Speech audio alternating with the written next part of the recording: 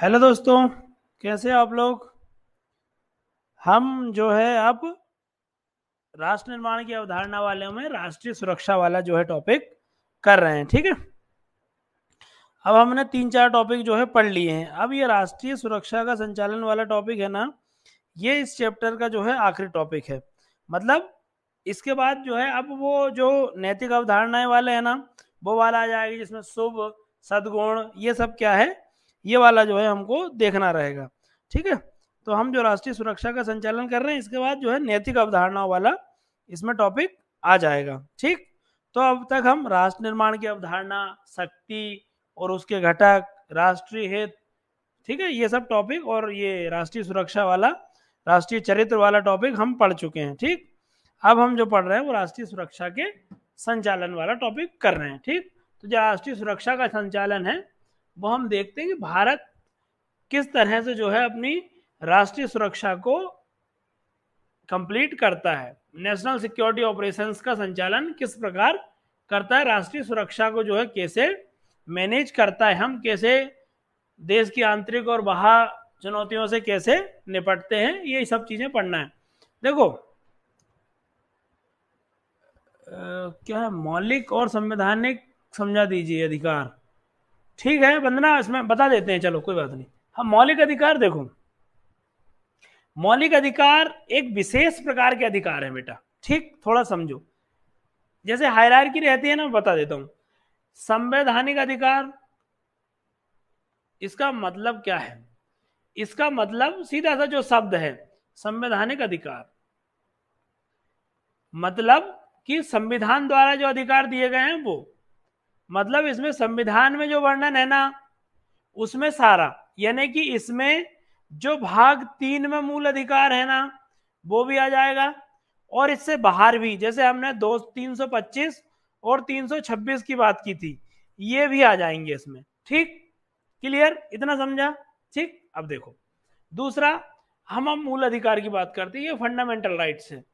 मूल अधिकार, तो मूल अधिकार एक विशेष प्रकार के अधिकार हैं जो व्यक्ति के चहुमुखी विकास, बहुआयामी विकास के लिए जरूरी होते हैं वो, और ये संविधान में विशेष स्थान पर दिए जाते हैं, कुछ विशेष चीजों के लिए दिए जाते हैं। जैसे भारतीय संविधान में जो है भाग 3 में इनको दिया गया है, और इसमें केवल ये भाग 3 जो 12 से 35 तक के दिए ना, केवल यही आते हैं बस।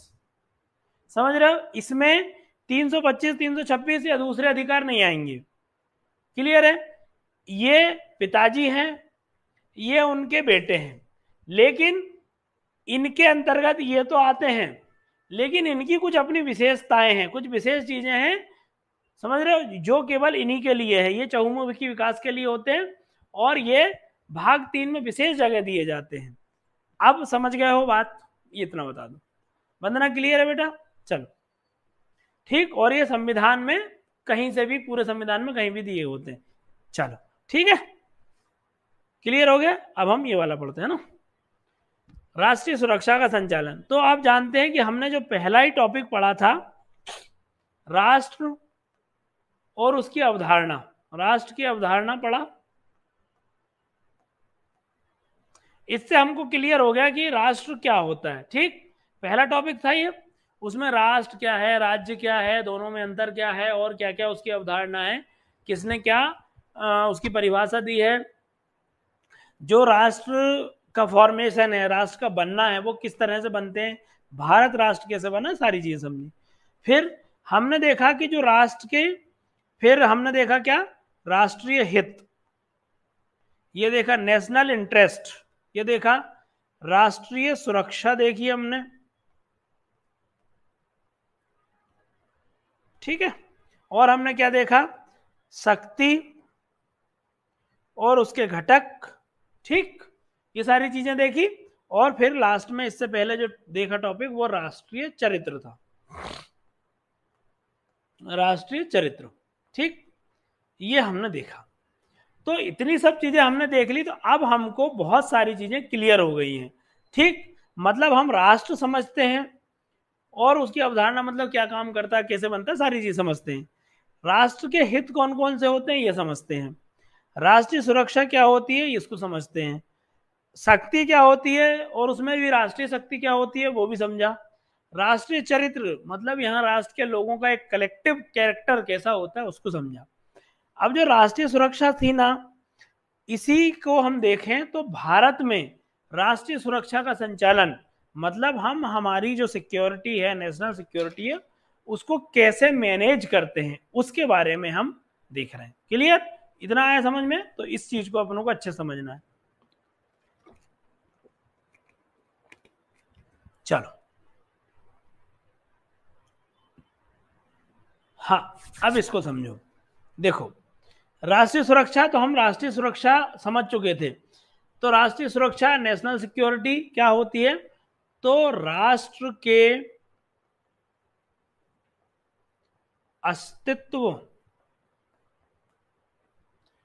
को बचाना ही राष्ट्रीय सुरक्षा है, या राष्ट्रीय सुरक्षा का सबसे महत्वपूर्ण मुद्दा, सबसे महत्वपूर्ण विषय क्या है? राष्ट्र के अस्तित्व की रक्षा करना। जब राष्ट्र रहेगा ही नहीं तो किस चीज की सुरक्षा करोगे? मतलब इसमें भी राष्ट्र की भौगोलिक, राजनीतिक और सांस्कृतिक पहचान को बनाए रखना। भौगोलिक मतलब भौतिक, राजनीतिक और सांस्कृतिक पहचान को बनाए रखना ही क्या है? राष्ट्रीय सुरक्षा है। क्लियर? चलो, अब हम देखते हैं कि जो भारत में राष्ट्रीय सुरक्षा का संचालन मतलब हम सुरक्षा को कैसे मैनेज करते हैं, कैसे हम हमारे देश की भौगोलिक, राजनीतिक, सांस्कृतिक पहचान को और संपूर्ण देश को एक राष्ट्र के रूप में, एक राज्य के रूप में कैसे सुरक्षित रखते हैं। ठीक, चलो, क्या है राष्ट्रीय सुरक्षा? किसी राष्ट्र के, राष्ट्रीय सुरक्षा जो है वो किसी राष्ट्र के अस्तित्व और उसकी संप्रभुता, सॉवर्निटी की रक्षा करना है। इसमें राष्ट्र की एकता, अखंडता, नागरिकों की सुरक्षा, आंतरिक स्थिरता और आर्थिक प्रगति को सुनिश्चित करना है। ठीक, समझ गए? राष्ट्रीय सुरक्षा किसी राष्ट्र के अस्तित्व, उसकी संप्रभुता, उसकी रक्षा करना जो है, उसमें राष्ट्र की एकता, अखंडता और नागरिकों की सुरक्षा तथा जो आंतरिक स्थिरता है को और जो आर्थिक प्रगति है उसको सुनिश्चित करना ही क्या है? राष्ट्रीय सुरक्षा है। मतलब हमको राष्ट्र के अस्तित्व को बचाए रखना है, उसकी संप्रभुता की रक्षा करनी है, उसकी भौगोलिक सीमाएं, नागरिकों की रक्षा और उसकी आर्थिक प्रगति की रक्षा सुनिश्चित करना ही राष्ट्रीय सुरक्षा है। क्लियर? अब भारत में राष्ट्रीय सुरक्षा का संचालन किस प्रकार से होता है इसको थोड़ा सा समझ लो। यही पूछना चाह भी रहा है वो। ठीक, अगर ऐसा क्वेश्चन आ जाए, क्योंकि अभी जब शुरू में नया नया सिलेबस रहता है ना बेटा, तो वो डायरेक्ट सिलेबस में जो लाइन लिखी होती है ना वहीं से क्वेश्चन उठा लेता है। ठीक, समझ रहे हो? तो इस चीज को ध्यान रखना। तो हमारे यहाँ राष्ट्रीय सुरक्षा के लिए सबसे महत्वपूर्ण व्यक्ति कौन है? राष्ट्रपति। राष्ट्रपति जितने भी हमारे सैन्य बल हैं, हमारी सेना और जो भी है, उन सब का सर्वोच्च कमांडर, सबसे बड़ा सेनापति, या हमारे देश का सेनापति कौन है? हमारे देश का सेनापति हमारे प्रेसिडेंट है, राष्ट्रपति है। ठीक, सर्वोच्च कमांडर है, इनके हाथ में सारी शक्ति है, इनकी अनुमति के बिना कोई युद्ध नहीं होते हैं। ठीक, और इनकी अनुमति कब मिलती है? जब मंत्रिपरिषद की अनुमति मिलती है। मतलब कि मंत्रिपरिषद जो है वही राष्ट्रपति को क्या करना है क्या नहीं करना है इसकी सलाह देती है। तो सबसे इंपॉर्टेंट थिंक टैंक राष्ट्रीय सुरक्षा के लिए क्या है? मंत्रिपरिषद है। मंत्रिपरिषद राष्ट्रपति को इस संबंध में सलाह, मशवरा और जो मदद है वो करती है, और राष्ट्रपति उसके बाद निर्णय लेते हैं और जो है वो सर्वोच्च सेना के कमांडर के रूप में अच्छे से काम कर पाते हैं। क्लियर? चलो, फिर मंत्रिमंडलीय रक्षा समिति होती है। तो मंत्रिमंडलीय रक्षा समिति ये विशेष रूप से मंत्रिमंडल के सदस्यों द्वारा बनती है, और रक्षा के ऊपर क्या करना चाहिए सबसे बड़ी अथॉरिटी जो है वो ये है, मतलब डिस्कशन वाला स्थान यहाँ है। ठीक, तो रक्षा नीति जो भी हम डिफेंस के लिए पॉलिसी जो भी बनाएंगे हम, वो उसका फाइनलाइज, उसको अंतिम रूप कौन देगा? वो मंत्रिमंडलीय रक्षा समिति ही देगी। ठीक, इसमें कौन कौन रहते हैं? तो इसके अध्यक्ष रहते हैं प्रधानमंत्री जी। ठीक, क्योंकि वो यही सबसे बड़ी अथॉरिटी है ना। फिर और कौन कौन रहते हैं? तो ऑब्वियसली है कि उसमें रक्षा मंत्री रहेंगे, उसमें जो है और दूसरी चीजें देखने के लिए गृह मंत्री, वित्त मंत्री, और फिर दूसरे इंपॉर्टेंट व्यक्ति विदेश मंत्री रहते हैं। तो सबसे हाई प्रोफाइल कमेटी वो होती है, यही होती है, इसको ध्यान रखना। ठीक, चलो फिर अब राष्ट्रीय एक नया निकाय, नई बॉडी बनाई गई, राष्ट्रीय सुरक्षा परिषद। कब बनाई गई? 1998 में, जब माननीय श्री अटल बिहारी वाजपेयी जी प्रधानमंत्री थे, तब 1998 में जो है राष्ट्रीय सुरक्षा परिषद बनाई गई। इसको क्या बोलेंगे हम? नेशनल सिक्योरिटी काउंसिल, एनएससी इसको बोलते हैं, नेशनल सिक्योरिटी काउंसिल। ये भी लिख लेना यहाँ की जगह, एनएससी फुल फॉर्म ही लिख लेना, नेशनल सिक्योरिटी काउंसिल। ठीक, चलो अब ये जो है इसके दो सब पार्ट हैं, मतलब दो रूपों में ये काम करती है, दो संस्थाओं के माध्यम से काम करती है। कौन कौन सी संस्थाएं इसके अंतर्गत?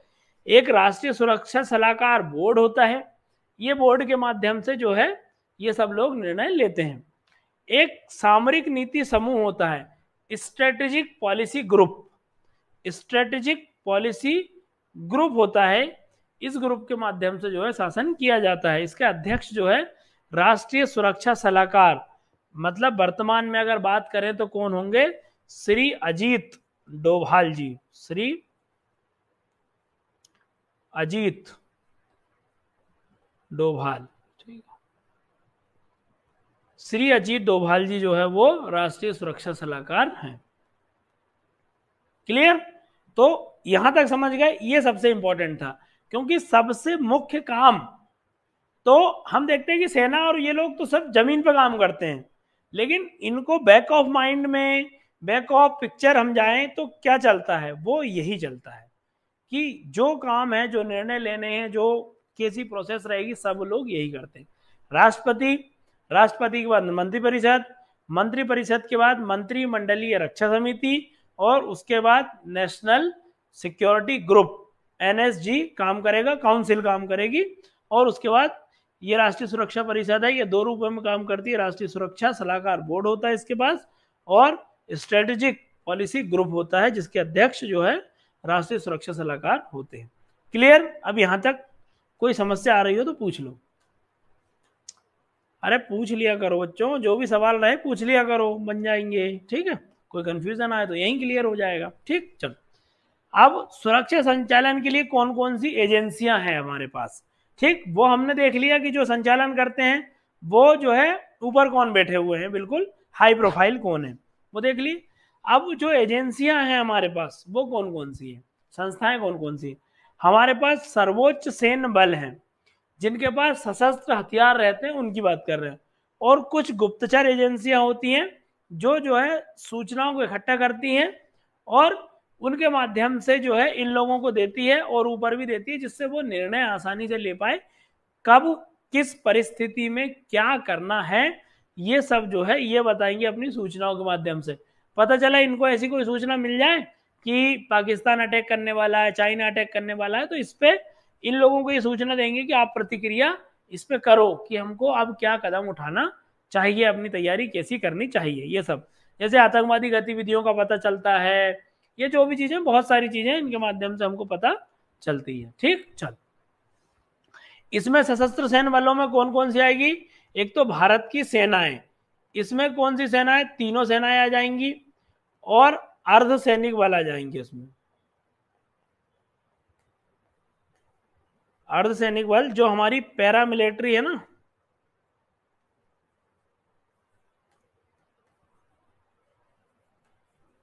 ये पैरामिलिट्री जो है वो इसमें आ जाएगी। क्लियर है? चलो ठीक, अब देखो जो हमारी सशस्त्र सेनाएं हैं वो तीन सेनाएं हैं हमारे पास। थल सेना है, हमारे पास नौसेना है, और हमारे पास वायुसेना है।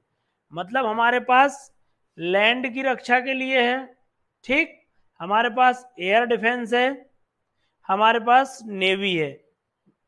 ठीक, जो हमारी जो है मरीन सिक्योरिटी के लिए जरूरी है। ये 3 लेवल पे जो है, ठीक। और हमारे पास पैरामिलिट्री भी है, फिर स्टेट की पुलिस है अलग अलग, ठीक। चलो, हाँ, अब ये थोड़ा सा, ये समझने से पहले थोड़ा सा आपको मैं बताना चाहता हूं कुछ। क्या? NIA के बारे में, ठीक, या INA भी कहते हैं उसको, INA, इंडियन नेशनल आर्मी। ये हम इनको सुभाष चंद्र बोस जी से जोड़ के देखते हैं। सुभाष चंद्र बोस जब स्वतंत्रता संग्राम के दौरान उनके द्वारा ये बनाई गई थी, लेकिन इससे पूर्व भी बहुत सारे घटनाक्रम इसमें हुए थे, इनको देख लो। भारतीय राष्ट्रीय सेना, इंडियन नेशनल आर्मी, इसका बनाने का विचार सबसे पहले मोहन सिंह के मन में आया था। क्या हुआ, ये लोग कहाँ रहते थे? सिंगापुर में। तो जो भारतीय लोग थे जिनको किसी सजा के तहत, या जो सैनिक, भारतीय सैनिक थे ब्रिटिश ब्रिटिश आर्मी में, उन लोगों को जापान की, सिंगापुर की, हांगकांग की, इनकी जेलों में बंद कर दिया गया था। तो चूंकि उधर से जापान ने इन सब क्षेत्रों पर कब्जा कर लिया, तो जापान की जेल के निकले आए, हांगकांग की, सिंगापुर की, ये सब जेलों से जो भारतीय निकले, उन सब भारतीयों को मिलाकर एक उन्होंने भारतीय फौज बनाने का विचार जो है किसके मन में आया था? कैप्टन मोहन सिंह के मन में आया था कि हमको ऐसा कुछ करना चाहिए। लेकिन ये केवल विचार था, वो बहुत ज्यादा कुछ कर नहीं पाए। फिर जो पहली डिवीजन थी, वो 1 सितंबर 1942 को, 1 सितंबर 1942 को रास बिहारी बोस, जो हमारे प्रमुख क्रांतिकारी स्वतंत्रता संग्राम सेनानी थे, उनके द्वारा पहली डिवीजन बना ली गई, ठीक। उनमें जापान की जेलों से निकाले गए, और सिंगापुर, हांगकांग, यहाँ की जेलों से जो भारतीय सैनिक बंद थे, भारतीय लोग बंद थे, उनको निकालकर जो है ये सेना बनाई गई। और उसके सर्वोच्च कमांडर कौन बनाए गए? रास बिहारी बोस, इन्होंने ही बनाया था, ठीक। चलो, उसके बाद 1943 में, 42 में ये बन गया, फिर 43 में सुभाष चंद्र बोस को इसका मेन कप्तान बनाया गया, सर्वोच्च कमांडर बनाया गया। और यहां तक ये भी रास बिहारी बोस जी के अंडर में जब काम कर रही थी, तब भी जो है बहुत इन्होंने बहुत अच्छे अच्छे काम किए, और कुछ द्वीपों को जीत लिया वहां के आसपास, जापान की सेना की मदद करने लगी अंग्रेजों के विरुद्ध। लेकिन जब सुभाष चंद्र बोस जी को जो है इसका अध्यक्ष बनाया गया, तो जो है उसमें फिर क्रांतिकारी परिवर्तन आ गया, और जो है उसने बहुत जापानियों की मदद की, और उसके द्वारा जो ब्रिटिश सेना थी उसको हराने का काम बहुत महत्वपूर्ण तरीके से किया गया। इसने हम देखते हैं कि इन्होंने नागालैंड जीत लिया, मणिपुर का बहुत सारा हिस्सा जीत लिया था अंग्रेजों से, अंडमान निकोबार द्वीप जीत लिए थे, ये सब जीत लिए थे उन्होंने। इतनी शक्तिशाली सेना हो गई थी, मतलब ब्रिटिश को बहुत सारे मोर्चों पे उन्होंने हराया भी था। और इनका कार्य क्या था? अंडमान निकोबार जीता, और उन अंडमान निकोबार, अंडमान को क्या बोला उन्होंने? शहीद द्वीप नाम दिया, और निकोबार को क्या नाम दिया? स्वराज द्वीप, ठीक है। तो इनके नाम याद रखना, शहीद द्वीप और स्वराज द्वीप इनके नाम दिए, ठीक। और जो है क्या नाम दिया, और ये जीत लिया। और क्या जीता? नागालैंड जीत लिया था उन्होंने। कोहिमा में सबसे पहले भारतीय भूमि पर जो है इन्होंने झंडा फहराया था। नागालैंड और मणिपुर का काफी हिस्सा इन्होंने जीत लिया था, ठीक। तो ये दोनों ध्यान रखना, क्लियर है। तो ये सारे उन्होंने काम किए थे। ये आ सकती है कभी 2 नंबर में आ जाए तो ध्यान रखना। हिस्ट्री में तो ये बड़ा क्वेश्चन भी आ सकता है INA के बारे में, क्लियर है। चलो, हाँ, अब हम सारी सेनाओं को एक एक करके देखते चलते हैं, ठीक। तो हम थल सेना की बात करते हैं। भारतीय थल सेना, इंडियन आर्मी। तो इंडियन आर्मी की हम बात करें, देखो अब इनके मैं कार्य नहीं बताऊंगा आपको, मतलब इनके कार्य आपको सोचने हैं कि आर्मी क्या कर सकती है। आर्मी देश की रक्षा करती है, देश की सीमाओं की रक्षा करती है, ये सब का काम है। ध्यान रखना, तीनों सेनाओं में इसको फिट कर लेना अलग से। और ये सब चीजें अब ना आपको सोच सोच के लिखनी है कि आप इनके क्या कार्य हो सकते हैं, इनकी क्या विशेषताएं हो सकती है, क्या महत्व हो सकता है, क्यों इंपॉर्टेंट है देश के लिए, क्या इंपॉर्टेंट हो सकता है। तो ये आपको सोचना है, क्योंकि हम देख ही रहे रात दिन, ठीक। तो क्या कार्य हो सकते हैं? देश की सीमाओं की रक्षा करना, देश में जो अवैध घुसपैठ हो रही है, तस्करी हो रही है, उसको रोकना, ठीक है, कोई आतंकवादी घटना होती है उनको रोकना, कहीं देश में अगर दंगे भड़क गए हैं और ज़्यादा जो है संवेदनशील स्थिति बन गई है तो वहाँ जाते हैं ये लोग। और क्या करते हैं, अगर कोई आपदा आ जाए तो वहाँ लोगों को बचाने जाते हैं, ठीक है, कोई महामारी फैल जाए, कुछ हो जाए, तो ये सब इनके काम है। तो 5-6 पॉइंट आप कार्यों के रूप में लिख लेंगे उनको। ठीक, चलो, तो इसको ध्यान रखना है ना। अब ये या तो पूरी तीनों सेनाएं 7 नंबर में या 11 नंबर में आ जाए, ठीक, या फिर 2 नंबर में एक एक कुछ इनका आ जाए कि इसके ये भाग बता दो, या इंडियन आर्मी के बारे में ही कुछ लिख दो 2 नंबर में, इस टाइप से कुछ भी आ सकता है, इसको ध्यान रखना। तो जो भारतीय थल सेना है, नेशनल आर्मी है, उसके 2 भाग है। एक उसकी लड़ाका सेना है। लड़ाका सेना का क्या मतलब कि जो ग्राउंड पे लड़ते हैं, बंदूक चलाने वाले, जो बॉर्डर पे खड़े रहते हैं, वो सब, वो कौन रहते हैं, लड़ाका सेना बोलते हैं उसको। क्लियर है। एक होती है सर्विसेज। तो इस लड़ाका सेना को किन किन सेवाओं की जरूरत है, किन किन सामग्रियों की जरूरत है, सब कुछ कौन प्रोवाइड करवाएगा, ये इसमें किसी सामग्री विशेष के लिए अलग रहती है, मेडिकल कॉप्स होते हैं, ऑर्डिनेंस फैक्ट्रीज हैं हमारे देश के अंदर बहुत सारी, उनके जो लोग हैं वो भी सर्विसेज में आएंगे।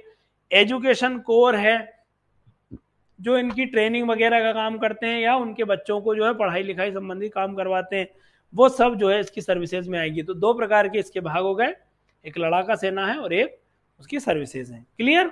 चलो, फिर जो थल सेना दिवस है वो कब पड़ता है, 15 जनवरी को पड़ता है, ये याद रखना, 15 जनवरी को पड़ता है। ठीक, चलो, इसका आदर्श वाक्य क्या है, सर्विस बिफोर सेल्फ, सेवा स्वयं से पहले।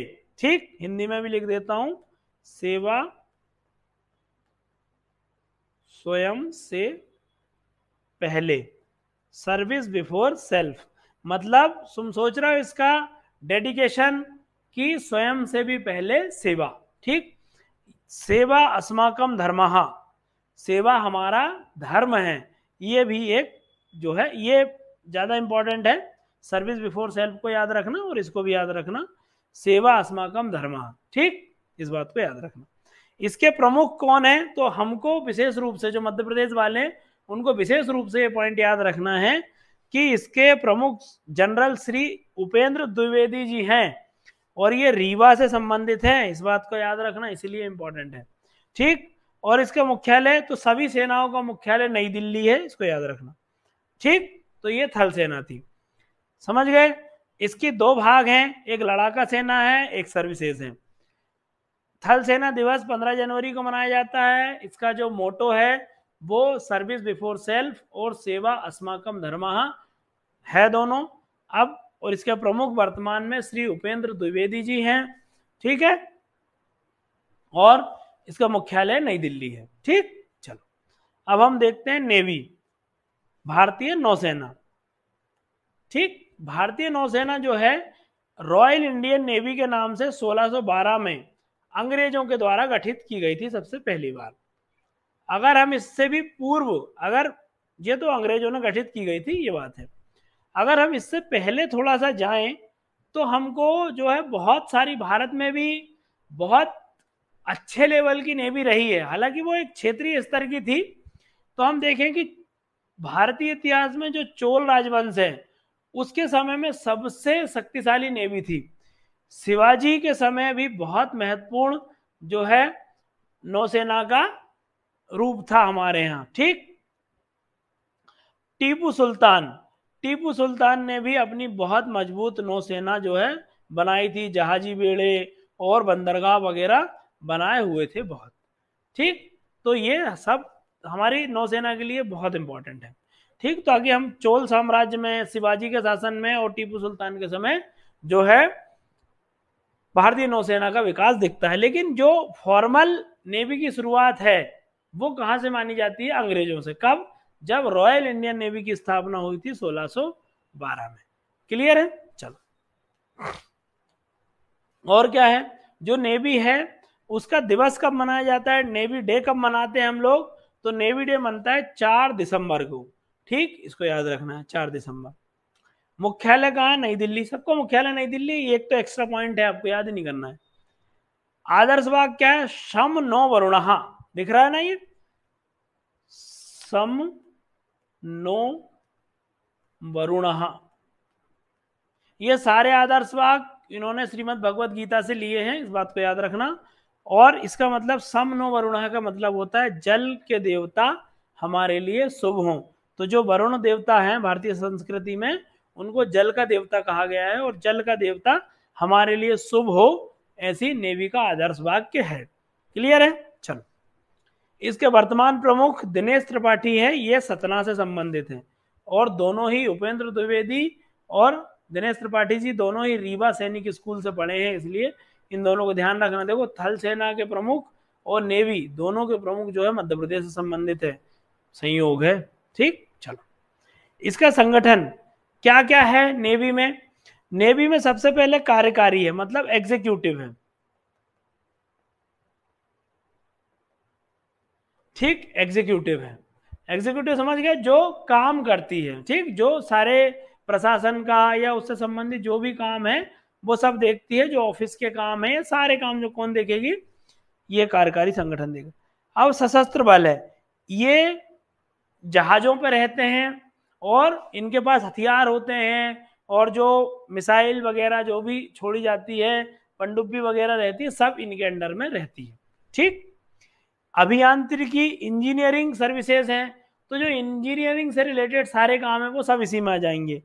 ठीक, लॉजिस्टिक्स है, लॉजिस्टिक्स में जो भी सामान हमारी नेवी को चाहिए होती है वो कौन देगा? लॉजिस्टिक। कोई पनडुब्बी अगर देश के किसी और भाग में बन रही है, कोई जहाज बन रहा है, तो उसको लाके स्थान पे कौन देगा? कोई सामग्री चाहिए हो, खाने पीने की चीज, पढ़ाई लिखाई, मेडिकल, सारी चीज कौन देगा? लॉजिस्टिक। और शिक्षा और मेडिकल के लिए जो है एक अलग से डिपार्टमेंट है। तो ये उसके संगठन में आता है। एग्जीक्यूटिव आती है, सशस्त्र बल आते हैं, इंजीनियरिंग आती है, लॉजिस्टिक्स आती है, और एजुकेशन एंड मेडिकल कॉर्प्स भी आती है इसमें। क्लियर है? चलो, अब इसकी कुछ कमान है। कमान मतलब इसके अलग अलग सेंटर है। एक सेंटर कहाँ है? सबसे मेन तो कहाँ है? दिल्ली में है। लेकिन ये जो है अलग अलग कमांड्स के माध्यम से चलता है। हिंदी में कमान बोलते हैं, कमांड बोलोगे एक ही बात है। जो इसका पूर्वी कमान है वो विशाखापट्टनम आंध्र प्रदेश में है, जो पश्चिमी कमान है वो मुंबई में है, और जो दक्षिणी कमान है वो कोच्चि केरल में है। ठीक, तो ये कमान को याद रखना। ठीक, पूर्वी कमान कहाँ है? जो पूर्व में, जैसे ये है, देखो नेवी इधर पूरे काम कर रही है बंगाल की खाड़ी अरब सागर में, तो इसका पूर्वी भाग कौन सा हो जाएगा? यहाँ का थोड़ा सा ऊपर हो जाएगा, यहाँ मान लो ये कौन सा है? विशाखापट्टनम।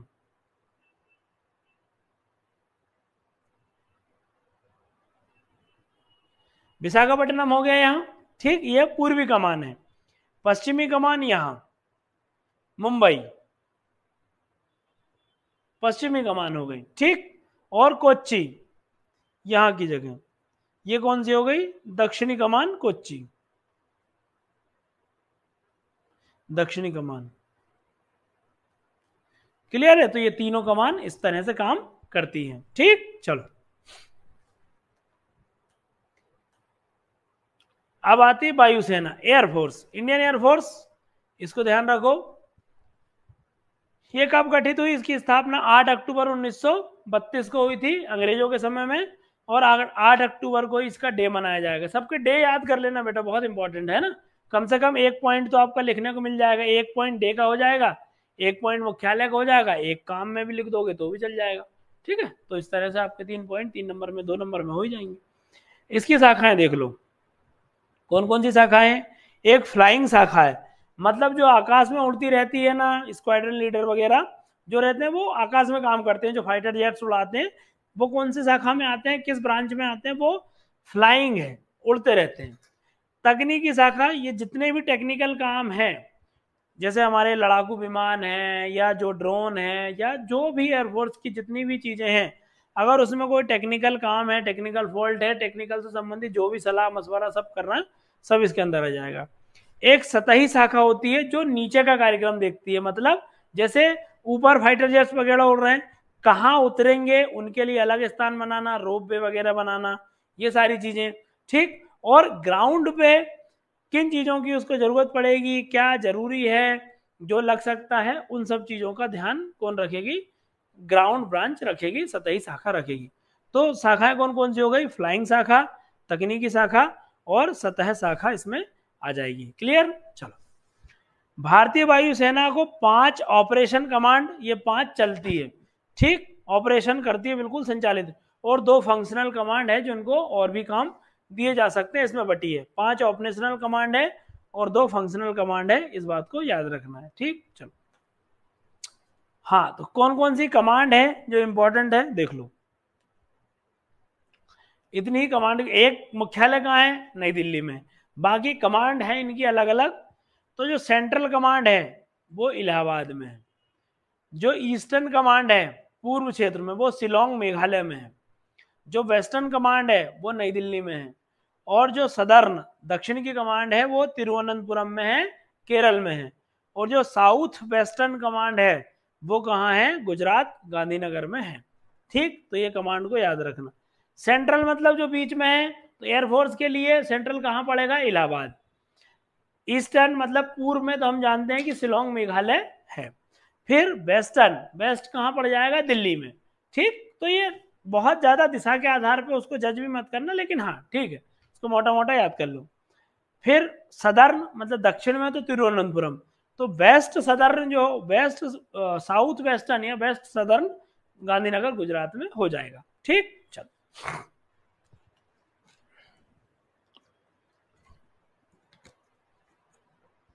तो दिवस कब मनाया जाता है, जब स्थापना होती है तभी, तो 8 अक्टूबर को इसका दिवस मनाया जाता है।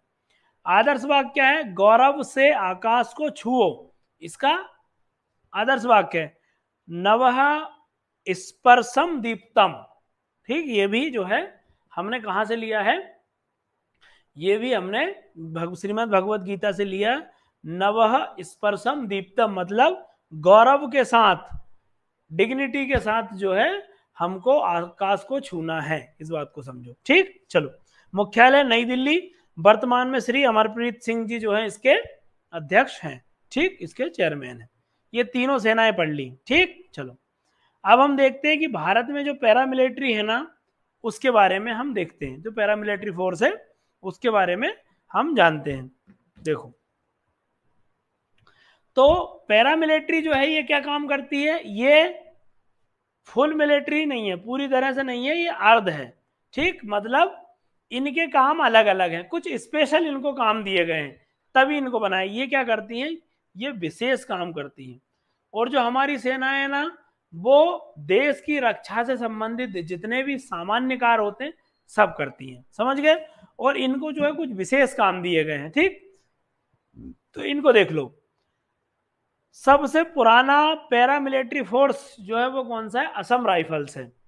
तो देखो, इनके विशेष काम जो है उनको याद रखना बेटा। ठीक है, ये कोई भी पैरामिलिट्री फोर्स ये आ सकता है कि भारत में अर्ध सैनिक बलों का वर्णन करो, एक 5 नंबर का, या सॉरी 7 नंबर का, और एक बड़ा क्वेश्चन जो है 11 नंबर का आ सकता है, इसको ध्यान रखना।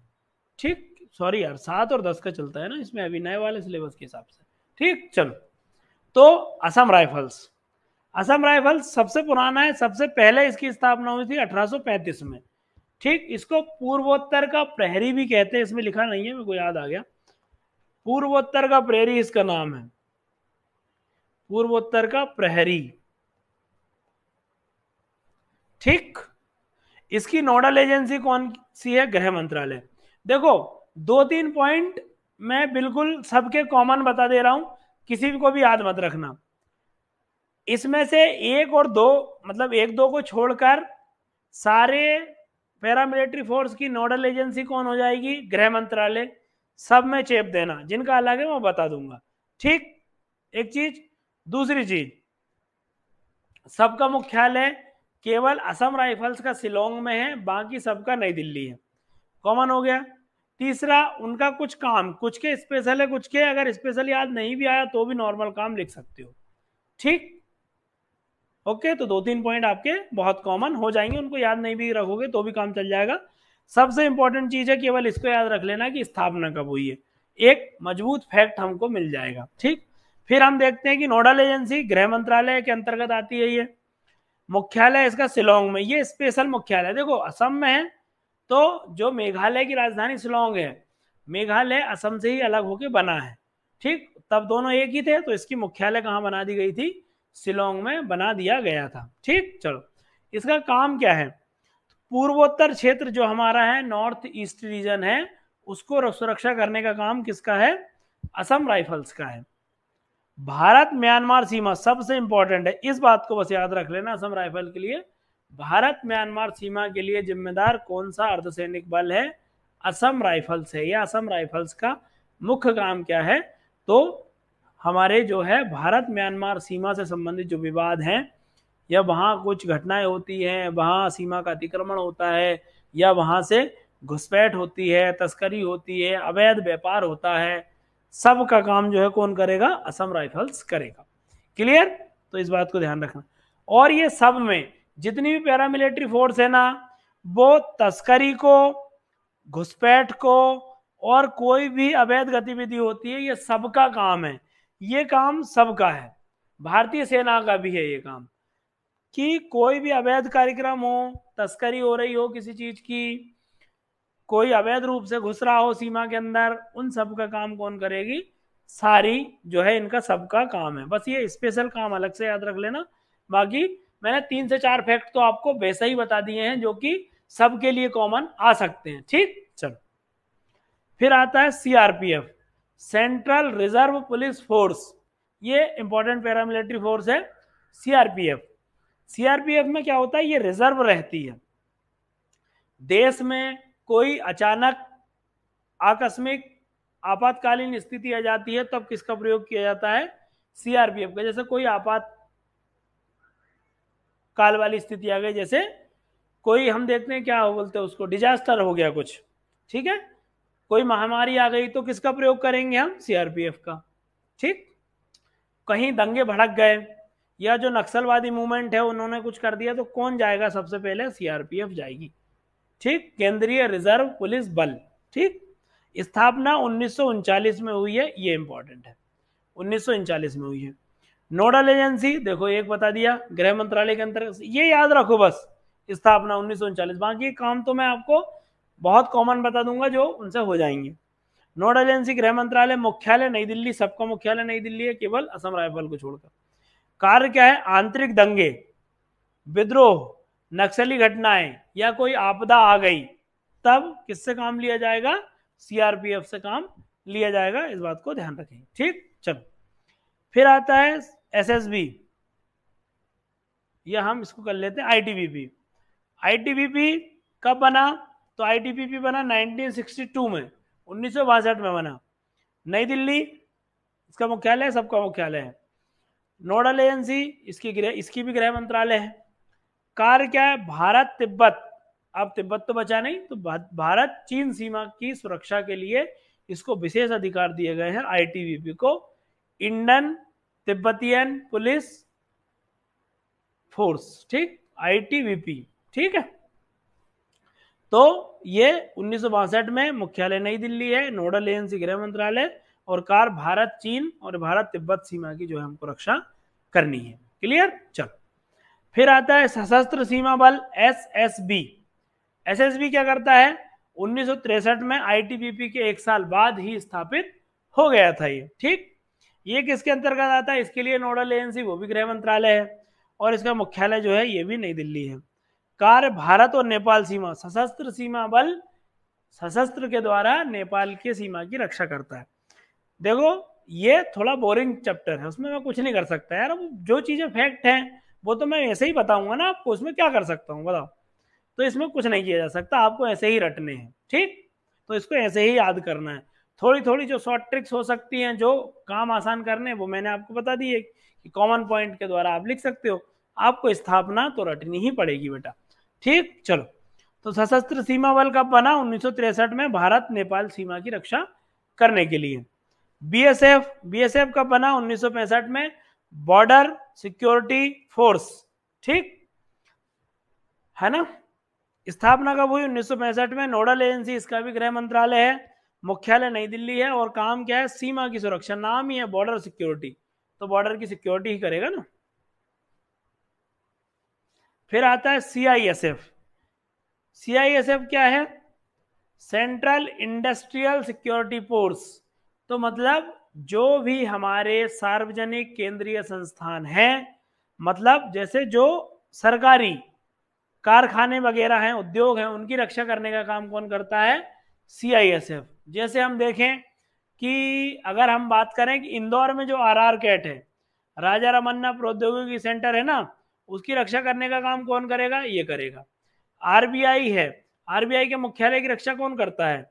सीआईएसएफ। एसबीआई के मुख्यालय की रक्षा कौन करता है? सीआईएसएफ। ऐसे, ठीक, समझ गए?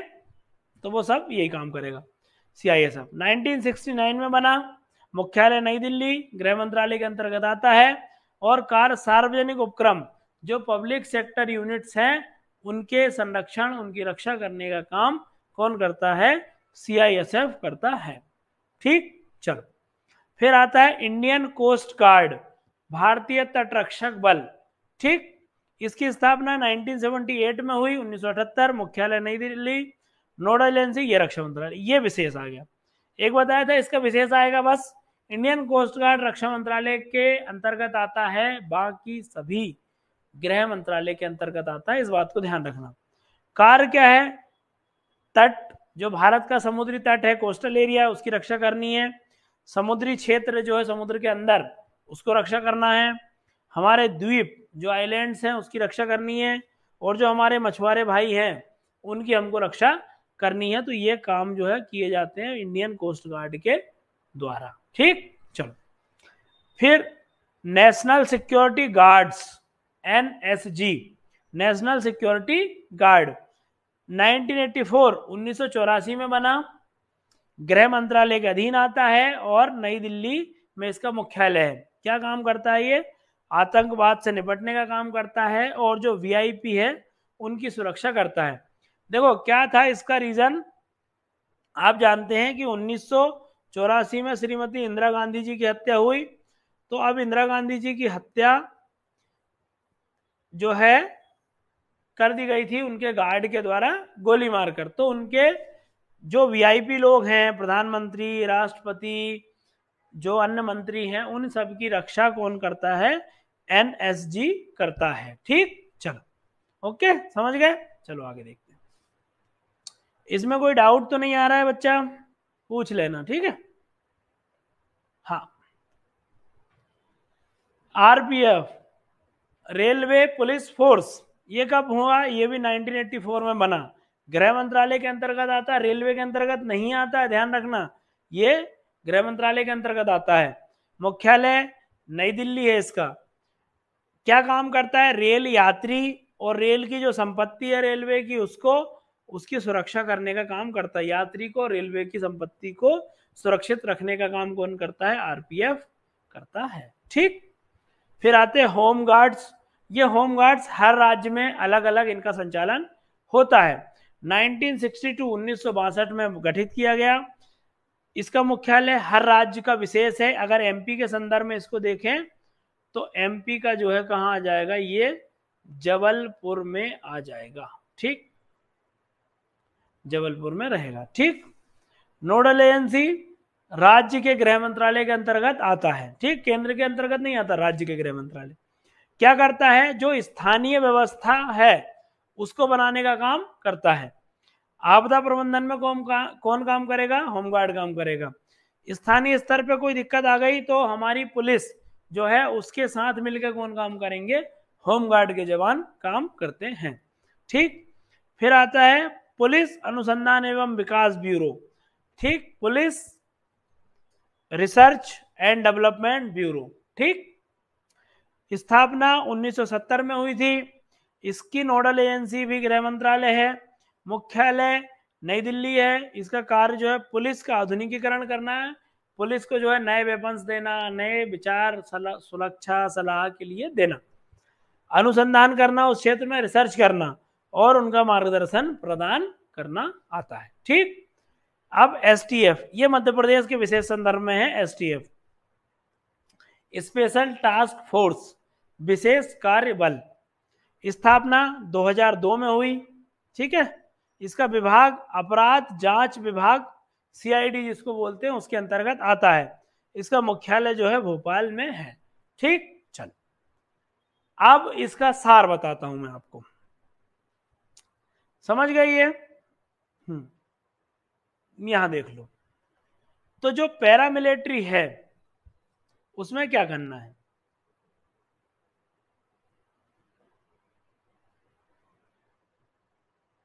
जो पैरामिलिट्री है ना, सबसे इंपॉर्टेंट उसकी स्थापना याद कर लो। स्थापना तो आपको याद करनी ही पड़ेगी, क्योंकि एक मजबूत हमको फैक्ट चाहिए।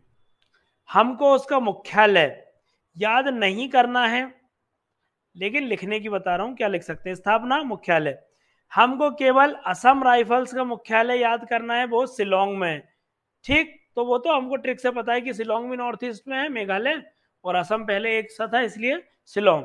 बाकी सबके मुख्यालय नई दिल्ली, ठीक। नोडल एजेंसी,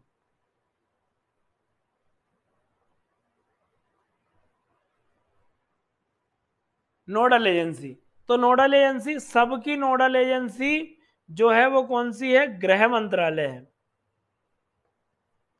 होम मिनिस्ट्री सबकी क्या है, नोडल एजेंसी है। केवल इंडियन कोस्ट गार्ड, भारतीय तट रक्षक की क्या है, रक्षा मंत्रालय। बस ये दो चीजें स्पेशल याद रख लो।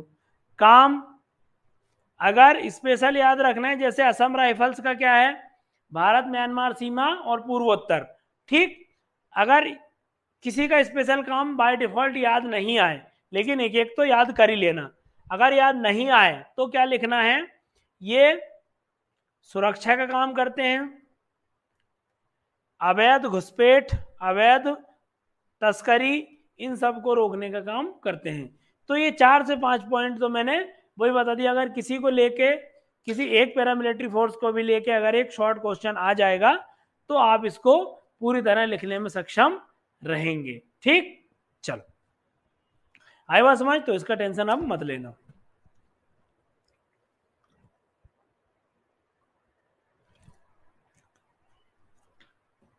चलो देखें अब आगे। गुप्तचर एजेंसियां हैं, ये तो हमारे सिलेबस में सीधी सीधी दी गई हैं, इनके बारे में हमको देखना है। नेशनल इंटेलिजेंस एजेंसीज, ये आपके सिलेबस में डायरेक्ट दी गई है, आप देखोगे तो आपको समझ में आ जाएगा, ठीक है। तो विशेष रूप से हम दो को जानते हैं, और भी हैं। एक हम किसको जानते हैं, एक आईबी को जानते हैं, जो पूरी दुनिया में सबसे पुराने इंटेलिजेंस एजेंसीज में से एक है, इंटेलिजेंस ब्यूरो, ठीक। और एक सबसे महत्वपूर्ण को जानते हैं हम, रॉ को। रॉ को जानते हैं हम किस कारण से, हम जो है सलमान खान के कारण जानते हैं, ठीक। टाइगर जिंदा है, ठीक, लेकिन उसके अलावा भी बहुत सारे लोग हुए हैं, ठीक है। चलो, तो हम नेशनल इन्वेस्टिगेशन एजेंसी के बारे में जानते हैं। ये चूंकि अलग से सिलेबस में दी हुई है, तो ये सारी के सारी 5-6 है, एक साथ आ सकती हैं, सबको याद कर लेना है। काम उनका भी लगभग सेम है, अलग से किसी का विशेष रूप से नहीं भी याद करोगे तो भी काम चल जाएगा। और अगर एक कोई भी आती है 5 नंबर में, सॉरी 7 नंबर में, तो भी आप उसको लिख दोगे, या उसके बारे में कोई एनालिटिकल चीज आती है तो भी उसको लिख दोगे, अच्छे से पढ़ोगे तो, ठीक। चल, क्योंकि ये सब चीजों की तो हमको अपडेट रहती है, समाचार पन्नों में इनके बारे में आता रहता है, ठीक। चलो, इंटेलिजेंस ब्यूरो, तो इसको हम शॉर्ट में क्या कहते हैं, आईबी भी कहते हैं, इंटेलिजेंस ब्यूरो, ठीक।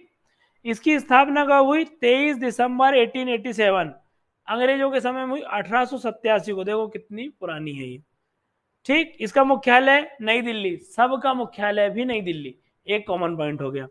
इसके अध्यक्ष वर्तमान में तपन कुमार डेका जी हैं, सबके अपडेट कर लेना। ये हो सकता है आज हैं, अभी तो हैं, लेकिन बाद में चेंज हो जाए तो फिर अपडेट कर लेना आप। और मैक्सिमम के तो अपन ने नहीं लिखे हैं, क्योंकि ये चेंज होते रहते हैं, तो आप अपने हिसाब से लिख लेना। इसका आदर्श वाक्य क्या है, जागृतम अहिर्निशम, ये भी भगवत गीता से लिया गया है, जागृतम अहिर्निशम, ठीक। अब इसके काम देखते हैं। देखो चूंकि ये मैंने बड़े क्वेश्चन के हिसाब से तैयार किया है, तो आप भी इसको सारी चीजें याद रखना, इसमें एक बड़ा क्वेश्चन भी आ सकता है। तो आईबी के प्रमुख काम क्या है, देखो 1887 में बना ये, और जब ये बना था ना तब जो है ये एकमात्र इंटेलिजेंस एजेंसी थी। मतलब ये काम क्या करते थी, घरेलू जो इंटेलिजेंस इंफॉर्मेशन है उसका काम भी करती थी, घर घर यानी कि देश के अंदर, और बाहर यानी कि देश के बाहर, दोनों का काम करती थी कौन, आईबी। ठीक, लेकिन हम देखते हैं कि 1962 में हमारा चाइना से बाहर होता है, हमारा चाइना से युद्ध होता है, तो हमारी इंटेलिजेंस फेल हो जाती है। 1965 में फिर हमारा पाकिस्तान से युद्ध होता है, तो भी हमारी इंटेलिजेंस फेल हो जाती है। तब हम क्या लेके आते हैं, तब हम लेके आते हैं रॉ बनाते हैं, 1968 में रॉ बनती है। तो ये अब रॉ जो है वो ये क्या काम करेगी, ये देश के बाहर का काम करती है, और घरेलू काम देश के अंदर जो इंटेलिजेंस इंफॉर्मेशन है उसका काम कौन करेगी, आईबी करेगी, और बाहर का काम कौन करेगी, रॉ करेगी। ये मुख्य अंतर है।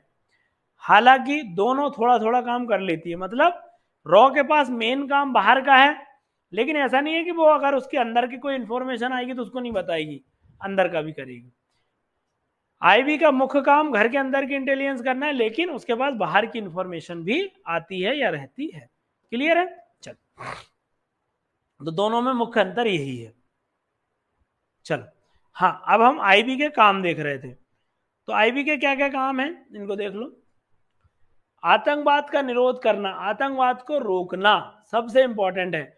उसकी कोई भी खुफिया जानकारी जो है प्राप्त करना, और उसको जो है सशस्त्र सैन्य बलों को, हमारी सरकार को, मंत्रिपरिषद को देना, जिससे वो उसके लिए जरूरी जो है कदम उठा सकें। ठीक, बॉर्डर इंटेलिजेंस करना, बॉर्डर इंटेलिजेंस मतलब सीमा की सुरक्षा में कोई दिक्कत तो नहीं है, कोई अवैध घुसपैठ तस्करी तो नहीं हो रही है, वहां से आतंकवादी लोग आ तो नहीं रहे हैं, हथियार तो नहीं ला रहे हैं, या जैसे नशे का व्यापार जो है वो तो नहीं हो रहा है।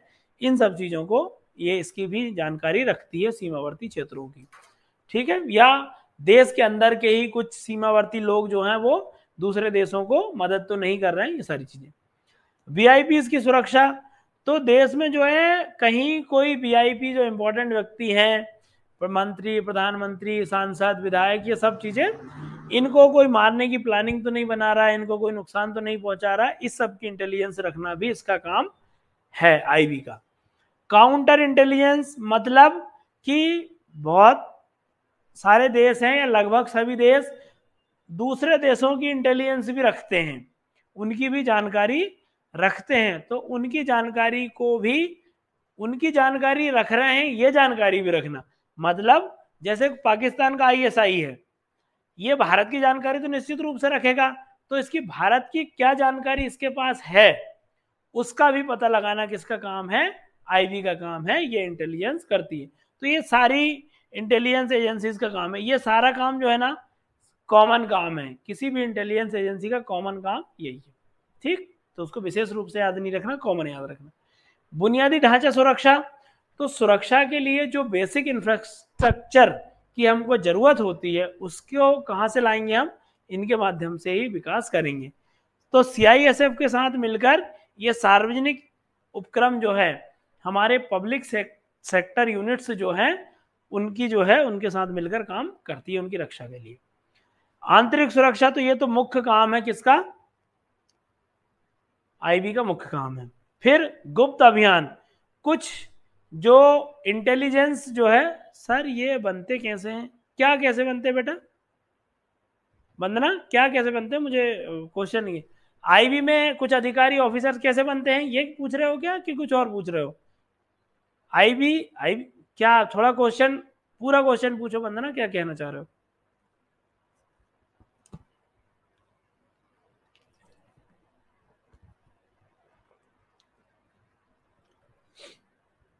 अच्छा ठीक है, तो जो आईबी है ना, ये इसके अध्यक्ष की बात करते हैं, इसका जो चेयरमैन होता है वो, और इसके जो कर्मचारी हैं वो। अध्यक्ष आईपीएस होता है, ठीक, बहुत अनुभवी, बहुत पुराना आईएएस जो है, आईपीएस वो इसका अध्यक्ष बनता है। एक चीज, कर्मचारी कहां से आते हैं? कर्मचारी कुछ जो क्लरिकल स्टाफ है, स्टाफ, उसकी सीधी भर्ती की जाती है, और जो निम्न स्तर पे अधिकारी रहते हैं, कर्मचारी रहते हैं, उनकी डायरेक्ट भर्ती करता है, आईबी की वैकेंसी आती है। और जो इंटेलिजेंस के लिए कुछ स्पेशल, आईबी के जो स्पेशल जिनकी अधिकारियों की जरूरत रहती है, वो कहां से लिए जाते हैं? बहुत सारे आईपीएस होते हैं, ये सेना से लिए जाते हैं, ठीक है। और जो अदर एग्जाम के द्वारा जो बहुत ब्रिलियंट लोग हैं, जो इस तरह का काम कर सकते हैं, उनको अलग अलग जगह से चुन के लाती है आईबी। इस तरीके से उनकी भर्ती होती है। क्लियर है वंदना? चलो ठीक, तो हम उसके कार्यों की चर्चा कर रहे थे, इसके कार्य देख लो। तो कार्य देख लिए सारे। आंतरिक सुरक्षा है, गुप्त अभियान, कोई भी खुफिया जो ऑपरेशन करने हैं वो आ जाएंगे। विदेशी खुफिया एजेंसियों पर नजर रखना, ये काम है उनका। और नकली मुद्रा जो काउंटर फिटिंग का काम है वो।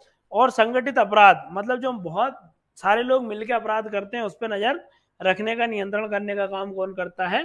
आईबी करता है। ठीक, चलो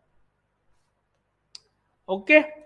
तो रॉ और आईबी में अंतर समझ में आया? ये रॉ है, रिसर्च एंड एनालिसिस विंग। तो रिसर्च एंड एनालिसिस विंग क्या करता है? रिसर्च एंड एनालिसिस विंग मुख्य रूप से देश के बाहर की चीजें देखता है, और जो आईबी है वो देश के अंदर की चीजें देखता है। ठीक, मतलब अंदर, जो देश के अंदर जो इंटेलिजेंस की जरूरत होती है कि अंदर कोई आतंकवादी घटना तो नहीं हो रही है, अंदर किसी चीज की साजिश तो नहीं चल रही है, वीआईपी लोगों की सुरक्षा है कि नहीं है, सार्वजनिक उपक्रमों में कोई किसी तरह की गड़बड़ी करने की या कुछ भी करने की जो है, कैसा काम तो नहीं कर रहा, साजिश तो नहीं बना रहा, ये सब चीजें करना होता है। रिसर्च एंड एनालिसिस विंग ये देश के बाहर के इंटेलिजेंस को मुख्य रूप से कवर करता है। 21 सितंबर 1968 को जो है बना। ठीक, इसकी नोडल एजेंसी कैबिनेट सचिवालय के अंतर्गत आता है, जो कि कैबिनेट सचिवालय खुद जो है पीएमओ के अंडर आता है, प्रधानमंत्री ऑफिस के अंतर्गत आता है, उसमें कैबिनेट सचिवालय, कैबिनेट सचिवालय के अंदर आएगा रॉ। ठीक, इसका मुख्यालय नई दिल्ली, सभी का मुख्यालय नई दिल्ली है। इतिहास, हमने क्यों गठित किया? 1968 में गठित हुआ। भारत चीन जब युद्ध हुआ था 1962 का, तब हमारी इंटेलिजेंस फेल हो गई थी। भारत पाक युद्ध हुआ था 1965 में, तब हमारी इंटेलिजेंस फेल हो गई थी। इसलिए हमको ये दिक्कत हुई कि हमको आईबी के अलावा भी हमारा विकल्प सोचना पड़ा। तो फिर हमने विकल्प के रूप में रिसर्च एंड एनालिसिस विंग बनाई, रॉ बनाई। ठीक, काम क्या क्या है? तो जो लगभग आईबी के काम है, आईबी के काम में मुख्य काम देश के अंदर की सुरक्षा देनी होती है, अंदर की इंटेलिजेंस इंफॉर्मेशन के लिए होता है। और जो रॉ है ये बाहर के लिए, मुख्य रूप से देश के बाहर की खुफिया एजेंसी और घटनाक्रमों पर नजर रखती है। ये आतंकवाद विरोधी अभियान जो है संचालित करती है। ये परमाणु कार्यक्रम जो है देश का, इसकी सुरक्षा बहुत इंपॉर्टेंट है कि कोई जहां हमारे परमाणु रिएक्टर्स लगे हैं वहां की जगह अटैक ना कर दे, इसकी भी जानकारी रखना होती है। पड़ोसी देशों में कुछ घटनाक्रम होते हैं, उनकी जानकारी, जैसे बांग्लादेश में तख्ता पलट है, म्यांमार में सैन्य शासन है, या पाकिस्तान में कुछ आंतरिक उठापटक हो रही है, उन सब की जानकारी जो है ये रखता है। प्रवासी समुदाय की सुरक्षा करना इसका मुख्य काम है, मतलब मुख्य यानी कि विदेश में जो लोग रह रहे हैं, पता चले उनको कोई उधर निपटा तो नहीं रहा, उनकी किसी प्रकार से हानि तो नहीं कर रहा। जैसे अभी वर्तमान में चल रहा था कि बहुत सारे भारतीय प्रवासियों की हत्या की जा रही है विदेश में, तो उन सब मैटर्स को भी कौन देखेगा? रॉ देखेगा। काउंटर इंटेलिजेंस तो वही है कि कौन हमारे देश के बारे में क्या जानकारी रख रहे हैं, इसके बारे में पता करना हमारा काम है। ठीक, इसके प्रमुख कौन है? वर्तमान में रवि सिन्हा है। ठीक, चलो कुछ इंपॉर्टेंट चीजें हैं जो इसके बारे में आ सकती है। देखो, रॉ के पहले अध्यक्ष या रॉ के जिनको जनक कहा जाता है, रॉ का फादर कहा जाता है, वो RN काव के नाम से जाना जाता है। मूल नाम इनका रामेश्वर नाथ काव है। इनको जो है विशेष रूप से RN काव के नाम से जाना जाता है। बहुत फेमस, मतलब वर्ल्ड वाइड लेवल पे फेमस जो इंटेलिजेंस वाले व्यक्ति होता है, जैसे सलमान खान टाइप के और आदमी थे ना, वैसे व्यक्ति थे RN काव साहब। बहुत बेहतरीन सुपर माइंड व्यक्ति। ठीक, जैसी जैसी छवि आज अजीत डोभाल जी की है ना, वैसे ही एक समय पे RN काव साहब रहे थे। तो बहुत जो है इंपॉर्टेंट व्यक्ति हैं, रॉ बनाने में भी इनका महत्वपूर्ण हाथ है। ठीक, प्रमुख अभियान देख लो, रॉ के कुछ अभियान हैं जिनमें 1971 में भारत पाकिस्तान का युद्ध हो और बांग्लादेश का निर्माण हो, उसमें बहुत महत्वपूर्ण भूमिका निभाई है इसने। 1975 में जब हमने सिक्किम का विलय किया था, तो चीन को संतुलित करने का काम किसने किया था? रॉ ने किया था। 1977 में ऑपरेशन कहूटा चलाया था, पाकिस्तान के जो परमाणु परीक्षण हो रहे थे उसका पता रॉ ने लगाया था। बहुत इंपॉर्टेंट काम था ये उस समय, मतलब अमेरिका भी पाकिस्तान के परमाणु परीक्षण का पता नहीं कर पाया था, भारत ने ऑपरेशन कहूटा चला के जो है उसका पता लगाया था। 1980 के दशक में जो है अफगानिस्तान की इंटेलिजेंस एजेंसी है KHAD, खाद कहते हैं उसको, और USSR रूस की है KGB, इन दोनों के साथ मिलकर त्रिपक्षीय अभियान इसने चलाया था रॉ ने। ठीक है, चल क्लियर हो गया, यहां तक बात आई क्लियर? तो ये अपना रॉ कंप्लीट हो गया, इसके आगे का हम कल पढ़ेंगे। ठीक, चल ओके। कोई सवाल है क्या? कोई सवाल हो तो पूछ लो, नहीं तो आज के लिए बस करते हैं। ठीक है, चलो ओके, गुड नाइट।